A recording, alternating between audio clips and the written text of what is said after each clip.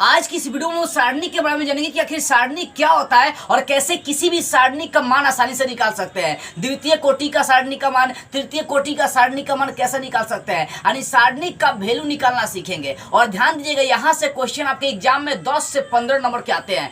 10 से 15 नंबर इसलिए क्योंकि यहाँ से लॉन्ग क्वेश्चन भी आते हैं, आपके ऑब्जेक्टिव क्वेश्चन भी आते हैं। मुझे लगता है कि अगर ये वीडियो देख लेते हैं तो सारणी के अधिकांशतः क्वेश्चन को आप ऐसे ही रगड़ देंगे। सबसे पहले समझते हैं, देखो सारणी क्या होता है। एक अवयव का संख्या होता है, यानी जब अवयवों को संख्या के रूप में लिखना चालू करते हैं ना बाबू, तो वही कहलाता है आपका क्या है, डिटर्मिनेंट सारणी कहलाता है। यानी जब अवयव को संख्या से संबंधित कराते हैं, चाहे संख्या से संबोधित करने लगते हैं, तो कहते हैं कि वही अवयव क्या है, एक सारणिक है। यानी अवयव एक किसका रूप है, सारणिक। यानी अवयव को जब संख्या के रूप में लिखते हैं तो वो क्या कहलाता है, सारणिक कहलाता है। देखो अगर कोई आपके पास अवयव ए है तो उसके लिए सारणी को क्या लिखेंगे, डेट ए। डेट ए, देखो सारणी का जो संकेत होता है ये डेट लगा देंगे। मान लीजिए आपके पास अवयव बी है तो इसमें बी में डेट लगा देंगे तो ये सारणिक हो गया। या इसको इस टाइप से भी आप लिख सकते हैं, हिंदी में भी लिख सकते हैं डेट ए, ठीक है। बी है तो डेट बी लिख सकते हैं यहाँ पर, या इसको लिख सकते हैं डेल्टा। यानी सारणी को सूचित करने का तरीका होता है डेट के माध्यम से, तो डेल्टा के माध्यम से। कई जगह आपको डेल्टा रहता है, डेल्टा कहने का मतलब हो गया कि सारणी ही निकालने का। तो ये छोड़िए गोली मारी इस बात को, ठीक है ना। मैं इतना समझा रहा हूँ, कोई भी अगर आप व्यू है तो उसको डेट के रूप में जब दो को क्या करते हैं वहां पर ये मापांक लगा देते हैं, मॉडुलस लगा देते हैं, तो वो आपका क्या कहलाता है बाबू, वो कहलाता है आपका सारणिक कहलाता है। यानी अवयव का संख्या वाला जो मान होता है उसी को हम लोग बोलते हैं सारणिक कहते हैं। देखिए केवल वर्ग अवयव ही आपका सारणिक होता है। वर्ग अवयव जो 2 गुना 2, वर्ग अवयव किसे कहते हैं, जिसका पंक्तियों की संख्या पंक्तियों की संख्या स्तंभों की संख्या एक बराबर होती है। यानी 2 गुना 2, 3 गुना 3, 4 गुना 4, 5 गुना 5, जिनका कोटि सेम हो वही कहलाता है आपका क्या कहलाता है, वो आपका सारणिक कहलाता है। केवल वर्ग अवयव का ही सारणिक निकाला जा सकता है। कई ऑब्जेक्टिव क्वेश्चन किया भी है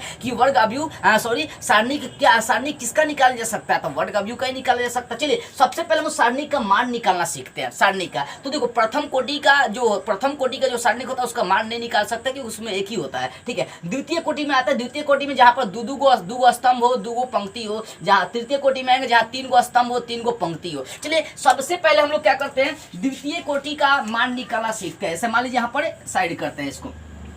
देखिए यहाँ पर पहला क्वेश्चन आपके पास ए बराबर 8, 6, 9, 6। यहाँ क्या करना है, डिटर्मिनेंट का सारणी का मान निकालना है, इसका मान निकालना है। तो कैसे इसका मान निकालेंगे, एक अगर सारणिक निकालना तो डेट ए लिख दीजिए, लिखेंगे ना भाई, जिसका भी सारणिक निकालना है उसमें डेट लगा दी, इसको पहले डेट ए। अब देखिए 2 कोटि का अगर है ना, 2 कोटि का मतलब पंक्ति देखिए 2 गो है, स्तंभ देखिए कहोगे 2 गो, तो 2 गुना 2 कोटि का है, ठीक है। तो कहने का सीधा से ये मतलब कि जब 2 कोटि का सारणिक है तो उसका मान निकालने का तरीका होता है क्रॉस मल्टीपल करिए, ऊपर का नीचे गुना करिए, नीचे का ऊपर गुना करिए, या बीच में घटाव होता है, ठीक है ना। तो 8 का गुना करेंगे 6 से, 8 6 48, फिर घटाओ, नीचे वाले का गुना ऊपर से करेंगे 9 6 54, तो 48 में 54 घटा देंगे -6। तो यहाँ पर डेट ए का मान कितना निकल गया, -6 निकल गया। कुछ नहीं होता, 2 कोटि का अगर दिया है आपको सारणिक तो उसमें ऊपर का नीचे, नीचे का ऊपर गुना करें, सारणिक का मान निकल जाएगा। अच्छा चलो एक और क्वेश्चन लेके समझते हैं। दूसरा क्वेश्चन यहाँ पर बी बराबर आपको दिया है 6, 7, 8, 9, ठीक है। इसका मान निकालना था, बी का सारणिक निकालना है तो बी के साथ डेल्टा लगा देंगे, ठीक है। बी के साथ डेल्टा लगाएंगे।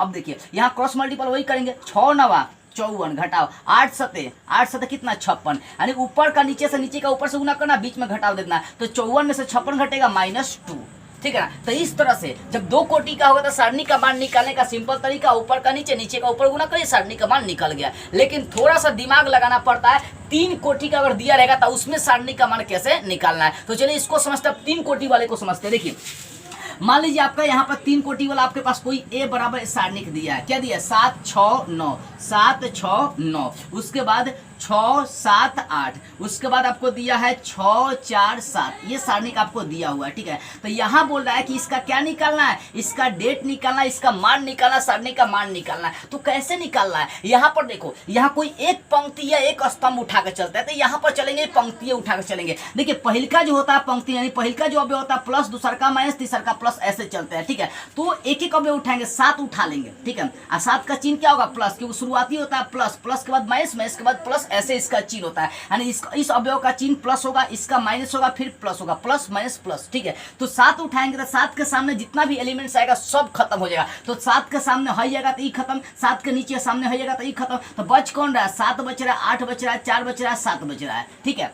तो मैंने क्या किया 7 उठा लिया, 7 पर मैंने इसका काम करना चालू किया। अब 7 के बाद क्या है 6, तो 6 का चिन्ह क्या होगा माइनस होगा, क्यों क्योंकि पहले एलिमेंट्स का प्लस होता है, प्लस के बाद माइनस, तो -6 पर इसका क्रिया करेंगे। तो -6 के सामने जितना भी एलिमेंट्स आएगा वो सब खत्म हो जाएगा। तो -6 के सामने ये आ रहा था, ये खत्म, और फिर हई सब आ रहा था, ये खत्म। तो क्या क्या बच रहा है 6 बच रहा है, 6 है ना बचा, हई बच रहा है, ये बच रहा है, तो 6 6 8 7 बच गया। ठीक है, अब चलते हैं 6 पर क्रिया कर दे, इसका चिन्ह माइनस था, अगला का चिन्ह क्या हो जाएगा प्लस, तो ये +9 पर इसका क्रिया करेंगे। तो +9 पर क्रिया करेंगे तो 9 के सामने जितना भी एलिमेंट्स अवयव आएंगे सब खत्म हो जाएगा। देखिए ये आ रहा था, ये खत्म, ये आ रहा था, ये खत्म, तो क्या बच जा रहा है 6 6 7 4, यही ना बच रहा है। अब इसका क्रिया कर दीजिए, देखिए 7 छोड़िए, क्रॉस मल्टीपल 2 कोटि का बना दिए ना, 2 कोटि का बना दिए। देखिए 3 कोटि में ये होता है कि एक एक अवयव उठाकर उसका क्रिया करना पड़ता है। 7 पर उठा दे, 7 के सामने जितना एलिमेंट्स आएगा सब खत्म, और जो बचेगा उसको लिखना है। 6 पर उठा दिए, 6 का चिन्ह माइनस होगा क्योंकि प्लस के बाद माइनस होता है, तो 6 के आमने सामने जितना भी एलिमेंट्स है वो सब खत्म हो गया। 9 उठा तो 9 के आमने सामने जितना भी अवयव आ रहे हैं वो सब खत्म हो जाएगा, उसके बाद उसका क्रिया कर देना। अब देखिए 2 कोटि का हो गया, तो कैसे गुना करते हैं 2 कोटि का, ऊपर का नीचे, नीचे का ऊपर, 7 का 7 से 7 है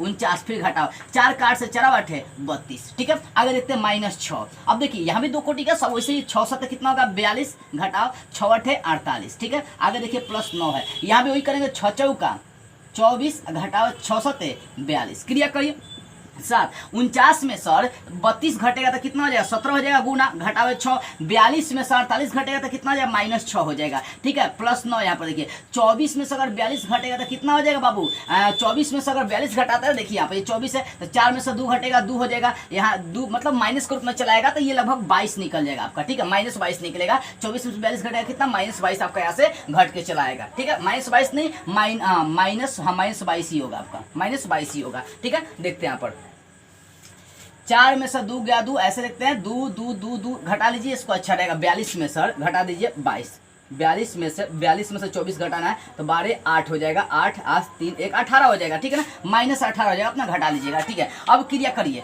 17 के पास 7 बार पढ़िए क्या हो जाएगा 17 25 85, 17 17 17 19 से 119 हो जाएगा, minus minus plus 6 1 36, plus minus minus 18 9 कितना है 62 से। तब यहाँ पर जो ये जोड़ है तो इसको जोड़ना है तो जोड़ दीजिए, उसको घटा दीजिएगा। तो देखो 9 6 कितना हो गया 15, 3 4 1 5, 155 घटावे 162 कितना हो जाएगा -7, इसका मान निकल गया।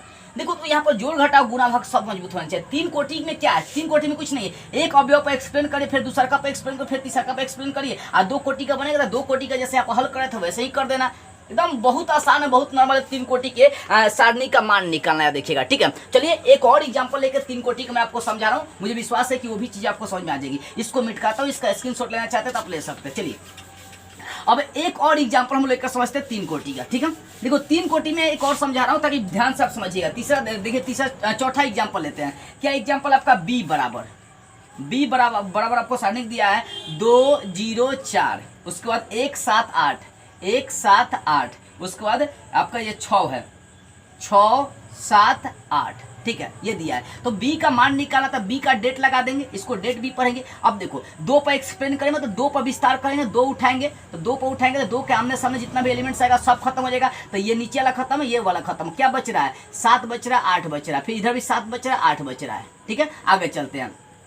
अब इसका चिन्ह प्लस होता है, इसका चिन्ह माइनस, इसका चिन्ह प्लस, तो 0 उठाएंगे तो -0 हो जाएगा। 0 पे एक्सपेंड करेगा तो ये खत्म, 0 का आमने सामने जितना आएगा सब खत्म, तो 0 का सामने ये आ रहा है ये भी खत्म, 0 का सामने आ रहा है ये भी खत्म, तो क्या बचेगा 1 6 इधर से बच रहा है 8 8 बच रहा है। ठीक है, अगला चलते हैं +4 पे एक्सप्लेन करेंगे, तो 4 पे उठाएंगे तो ये खत्म, कितना बच रहा है 1 बच रहा है 7 बच रहा है 6 बच रहा है 7 बच रहा है। इसका क्रिया करें 2, देखो अब 2 कोटि का होगा तो कैसे गुना करना, ऊपर का नीचे, नीचे का ऊपर, 7 8 है 56, 7 8 है 56, बीच में घटा देंगे 0। देखो यहाँ पर 1 का 8 से गुना करेंगे 8 घटाओ 8 6 कितना हो जाएगा 48 हो जाएगा, प्लस 4, यहाँ 1 का 7 से गुना करेंगे 7 घटाओ 6 7 कितना हो गया 42। देखिए हाई 56 में से 56 घटाएंगे 2 गुना 56 में से 56 घटेगा 0। अब 0 का पूरा गुना करेंगे तो ये पूरा 0 ही हो जाएगा। अब +4 गुना 7 में से 42 घटा देंगे कितना हो जाएगा -35 हो जाएगा। ठीक है, तो हाई तो आपका 0 का 2 से गुना करेंगे 0 0 हो जाएगा, और यहाँ देखिए प्लस माइनस हो जाएगा -35 का 4 से गुना करो 4 5 24 3 4 12 2 14 कितना आ जाएगा आपका -140, इसका मान निकल जाएगा।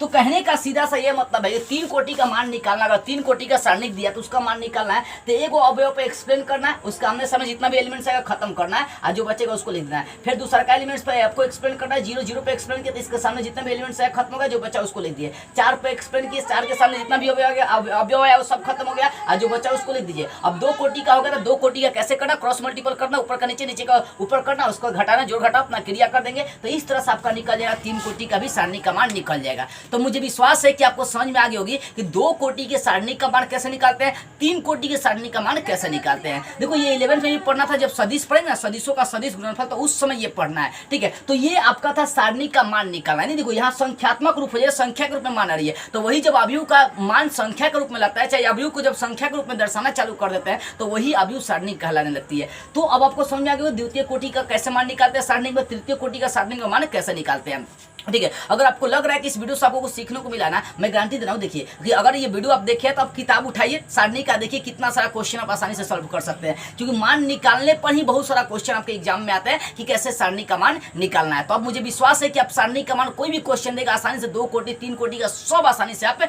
निकाल सकते हैं। इस वीडियो को जितना हो सके सभी लोगों के पास शेयर कर दीजिए। जय हिंद।